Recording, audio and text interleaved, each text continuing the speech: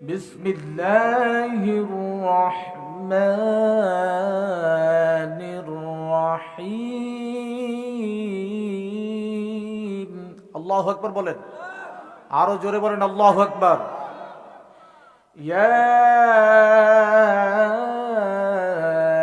أيها المدثر قم فأنذر وربك فكبر الله أكبر وثيابك فطهر والرجز فاهجر ولا تمنن تستكثر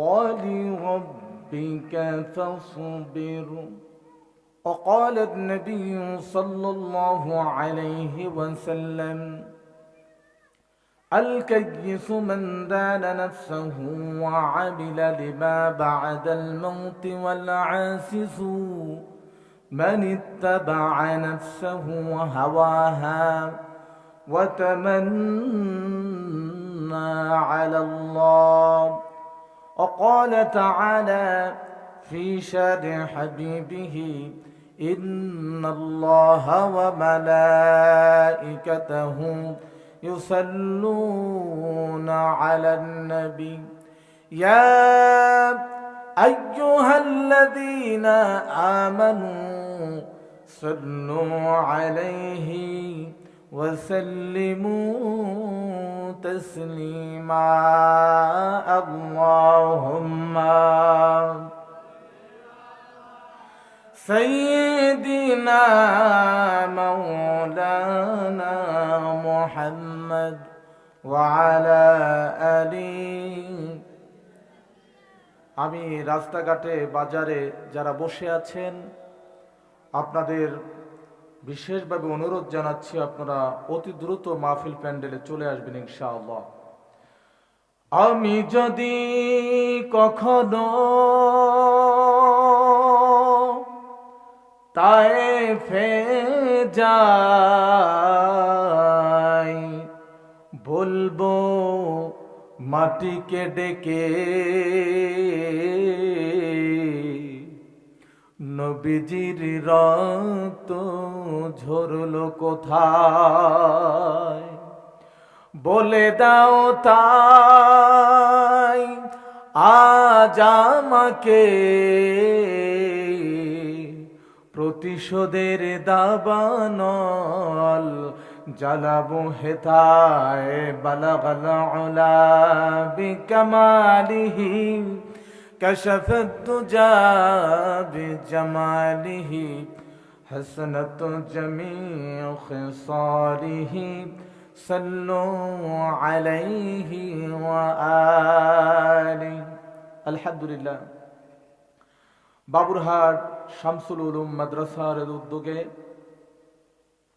23তম বার্ষিকী তাফসিরুল কোরআন মাহফিলের সম্মানিত সভাপতি জনাব ইঞ্জিনিয়ার মোহাম্মদ আজহার আলী সরদার আজকের মাহফিলের আমার আগে আলোচনা করেছেন হাফেজ মাওলানা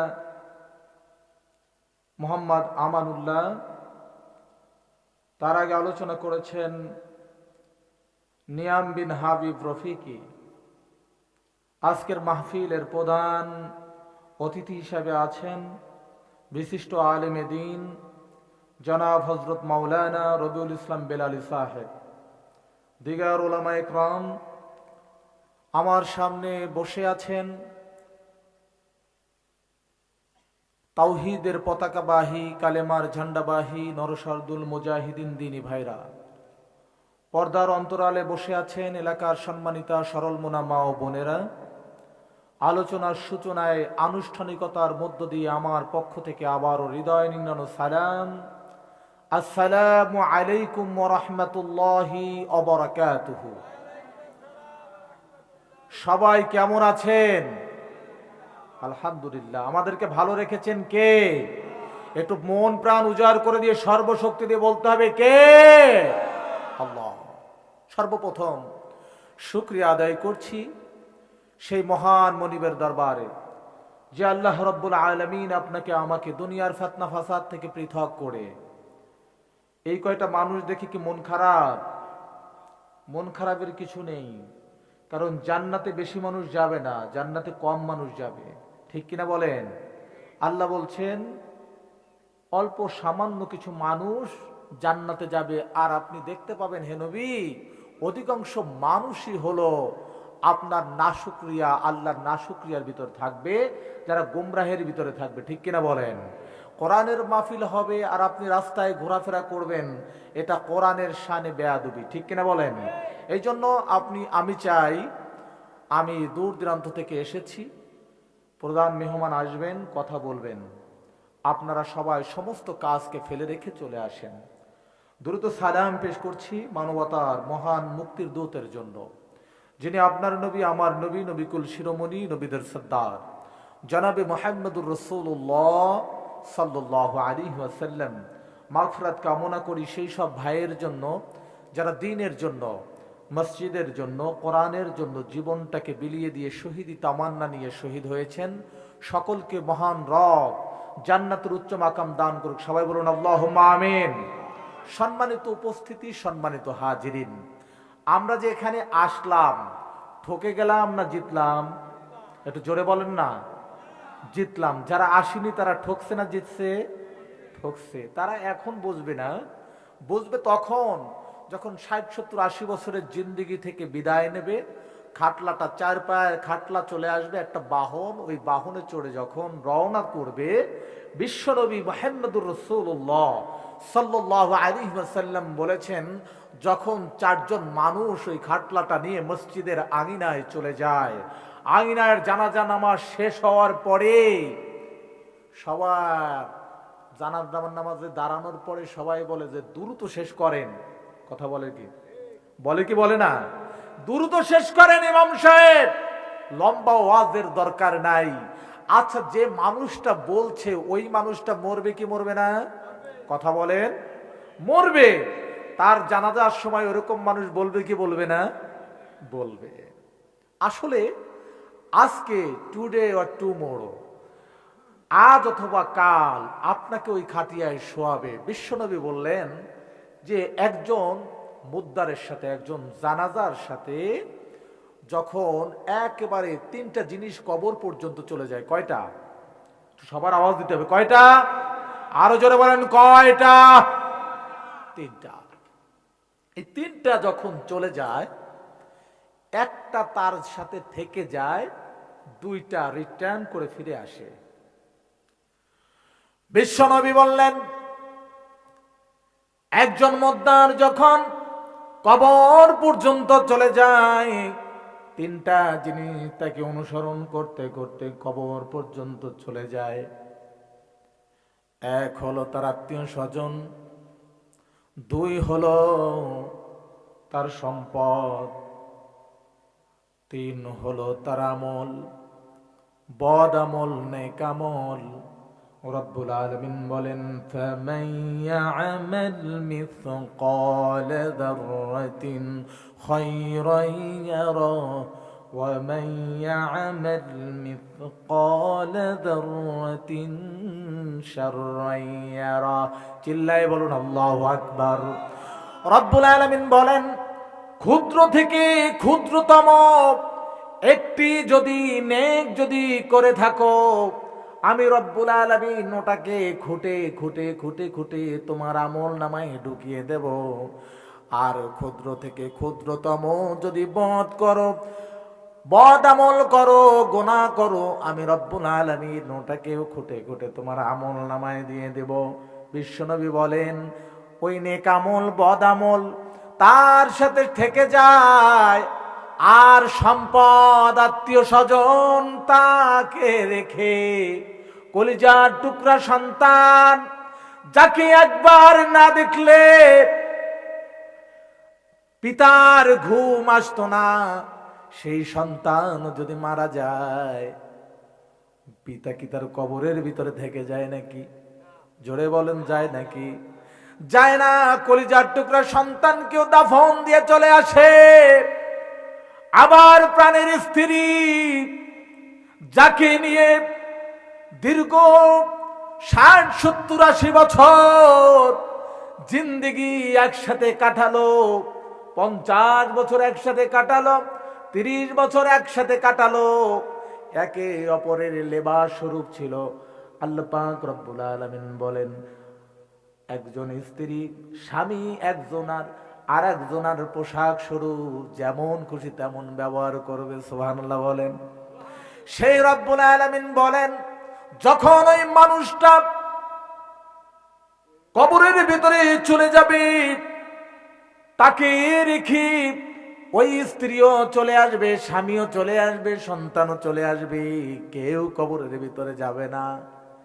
এই জন্য বলা হয়েছে, যার আমল যত ভালো আল্লাহ তার স্থানও তত ভালো করে দেবেন। কথা বলুন ঠিক কিনা? আজকে একটা দিন এই শামসুল উলুম মাদ্রাসায় তাফসীর হয়, আর সারা জীবন যে ব্যবসার পিছনে ছুটলেন, যে সম্পদের পিছনে ছুটলেন, যে পরিবারের পিছনে ছুটলেন, একটা দিন কোরবানি করতে পারলেন না। ফেরেশতারা তাকিয়ে রয়েছে, আল্লাহ তাকিয়ে রয়েছে আপনার দিকে। ওই মানুষটার যদি অন্তরটা একটু খুলে যেত, রব্বুল আলামিন বলেন, যারা আমার পাগল, যারা আমার জন্য জীবনটাকে উৎসর্গ করে দেবে, আল্লাহু ওয়ালিউল্লাযীনা আমানু ইউখরিজুহুম মিনাজ-যুলুমাতি ইলান-নূর। আল্লাহু আকবার। আল্লাহ বলেন, যারা আমাকে রব হিসেবে মানবে, যারা আমাকে প্রভু হিসেবে মানবে, যারা আমাকে বন্ধু হিসেবে মানবে, আমি রব্বুল আলামিনের দায়িত্ব পড়ে যায়। ওই মানুষটা যদি গুনার ভিতরে থাকে, ওই মানুষটা যদি অপরাধের ভিতরে থাকে, আমি রব্বুল আলামিন ওকে খুঁজে খুঁজে অন্ধকার থেকে আলোর পথে নিয়ে যাই। সুবহানাল্লাহ। সেই কোরআনের মাহফিলে আমরা এখানে বসেছি, রব্বুল আলামিন দেখেন কি সুন্দর বলেছে, ইয়া আইয়ুহাল মুদ্দাসসির কুম ফানদির ওয়া রাব্বাকা ফাকাব্বির ওয়া সিয়াবাকা ফাতাহির ওয়ার রুজ্জা ফাহজুর ওয়া লা তামনুন তাস্তাকসির ওয়া লিরাব্বিকা ফাসবির। রব্বুল আলামিন দেখেন কি সুন্দর ছন্দে ছন্দে বর্ণনা করেছেন। সুবহানাল্লাহ বলেন। কি সুন্দর ছন্দ। কোরআনের প্রতিটা পাতা কি চমৎকার ছন্দে গাথা। আল্লাহু আকবার বলেন। কোরআনের প্রতিটা পাতা কি চমৎকার ছন্দে গাথা, এমন ছন্দ বড়ই অভাব। কোরআন আমার আসমানি কাব্য। সুবহানাল্লাহ। এই দুনিয়ার কবিতা পড়ে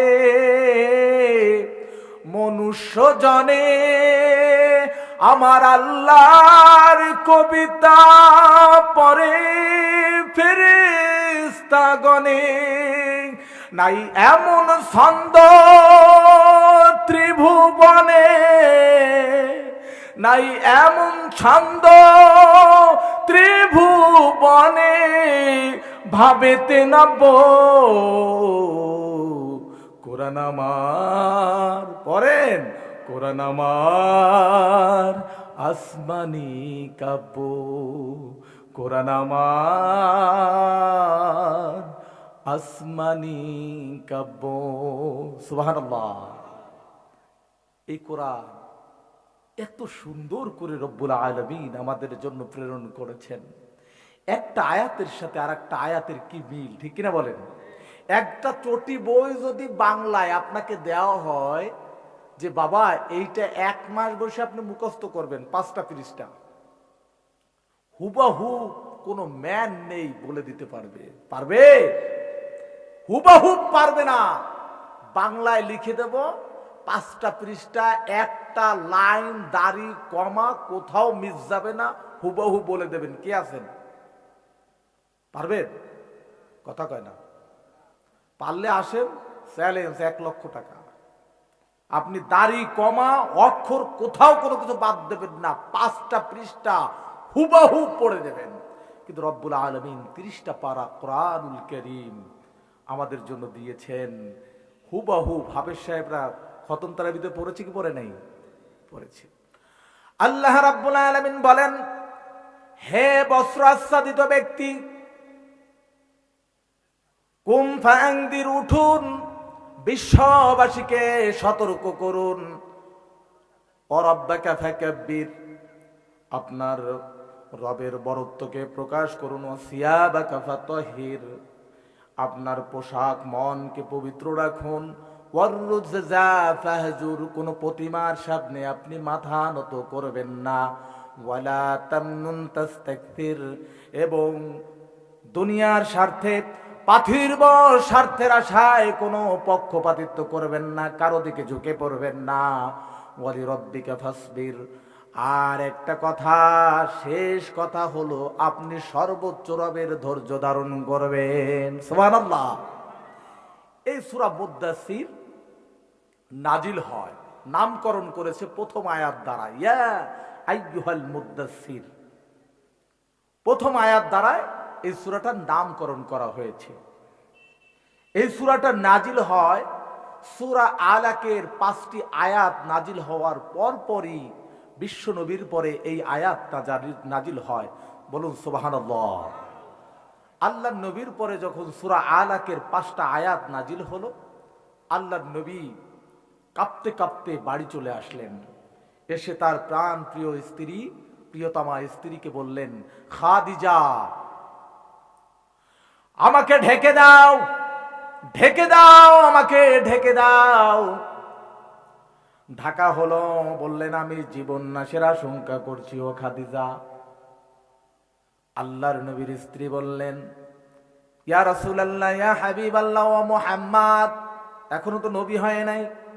ও মুহাম্মদ, আমার প্রাণপ্রিয় স্ত্রী, প্রাণপ্রিয় স্বামী, আপনার জীবন নাশ হতে পারে না, কারণ আপনি মানুষের সেবা করেন। সুবহানাল্লাহ। তাহলে বোঝা গেল যে যারা মানুষের সেবায় নিয়োজিত থাকে তার ক্ষতি কোনোদিন হতে পারে না। পারে? আপনার এই এলাকার কিন্তু প্যানেল চেয়ারম্যান না, সবার খেদমত করেন। ধরেন এই মানুষটাকে কেউ ক্ষতি করার জন্য যে চেষ্টা করে, আপনারা কি তার পাশে থাকবেন কি থাকবেন না? থাকবেন, কারণ সে সবসময়ের জন্য আপনাদের উপকার করে। তাহলে বোঝা গেল সে যদি ক্ষতি করে, তাহলে বোঝা গেল যে সবাই ওই লোককে উস্কে দেবেন তার ক্ষতি করার জন্য। আল্লাহর নবীকে অভয় দিলেন স্ত্রী খাদিজা। বললেন, প্রাণ প্রিয় স্বামী, আপনি, আপনার কেউ ক্ষতি করতে পারে না, কারণ আপনি হলো মানুষের সেবা করেন, খেদমত করেন, এতিমের সহায়ক, মানুষের সম্পদ আপনি ঠিকভাবে গচ্ছিত রাখেন, অতএব আপনার ক্ষতি হওয়া সম্ভব নয়। চলুন আমার ভাই ওয়ারাকা বিন নওফেলের কাছে নিয়ে যাই। চলে গেলেন। বললেন, এই হলো অবস্থা। মুহাম্মাদের পরে কি নাজিল হয়েছে শুনুন। বললেন, আমার পরে এমন একজন মানুষ, উনি তো জানে না ফেরেশতা, এমন একজন মানুষ আমার কাছে আসলো, মাথাটা আসমানে, পাটা জমিনের পড়ে, আমি ভয় পেয়ে গেলাম। আল্লাহর নবীর কথা শুনে ওয়ারাকা বিন নওফেল বললেন, ভয়ঙ্কর জিনিস, এই জিনিস যার পরে আসছে হলো নামুজ ফেরেশতা। সুবহানাল্লাহ বলেন। নামুজ ফেরেশতা, এই ফেরেশতা যার পরে ভর করে, তারপরে বিপদ হয়, মুসিবত হয়, তাকে ঘর ছাড়তে হয়, বাড়ি ছাড়তে হয়, দিনের জন্য এলাকা ছাড়তে হয়, ক্ষুধার যন্ত্রণায় পেটে পাথর বাঁধতে হয়। আমি যদি ওই সময় বেঁচে থাকি, আমি সর্বোচ্চ সহযোগিতা করব আপনাকে। এই আয়াত নাজিল হওয়ার পরে কিছুদিন গ্যাপ গেছে। আল্লাহর নবী বিচলিত হয়ে পড়লেন, আর চিন্তা করতে লাগলেন, আল্লাহ মনে হয় আমার পরে বেজার হয়ে গেছে, রাগ হয়েছে। কিছুদিনের একটা গ্যাপ হয়েছে। মুফাসসির ইকরামরা বলেছে কোন কোন মুফাসসির ইকরামরা বলেছে 15 দিন, কোন কোন মুফাসসির ইকরামরা বলছে 1 মাস। 1 মাস গ্যাপ থাকার পরে আল্লাহর নবী বারবার আকাশের দিকে তাকায়, বারবার আকাশের দিকে তাকায়। আল্লাহর নবী আকাশের দিকে তাকানো দেখি আল্লাহ রাব্বুল আলামিন বললেন, হে মুহাম্মদ, বিশাল একটা আওয়াজ আসলো। সুবহানাল্লাহ কবেন না? বিশাল একটা আওয়াজ। আল্লাহর নবী উপরের দিকে তাকালেন, উপরের দিকে তাকিয়ে দেখেছে সেই ওই আগের মানুষটা দেখা যায়। আল্লাহর নবী আবার ভয় পেলেন, বাড়ি দৌড় দিয়ে ছুটে আসলেন। ছুটে আসার পর স্ত্রীকে বললেন, জাম্মিলুনি জাম্মিলুনি জাম্মিলুনি, ও খাদিজা, আমার প্রাণনাশের আশঙ্কা করছি, তুমি আমাকে কম্বল দ্বারা ঢেকে দাও, কম্বল দ্বারা ঢেকে দাও, আমার শরীরে কম্পন সৃষ্টি হচ্ছে, জ্বালা যন্ত্রণা শুরু হয়ে গেছে, ও খাদিজা ঢেকে দাও। ঢেকে দিলেন কম্বল দ্বারা। আল্লাহ রাব্বুল আলামিন এরপরে আয়াত নাজিল করলেন।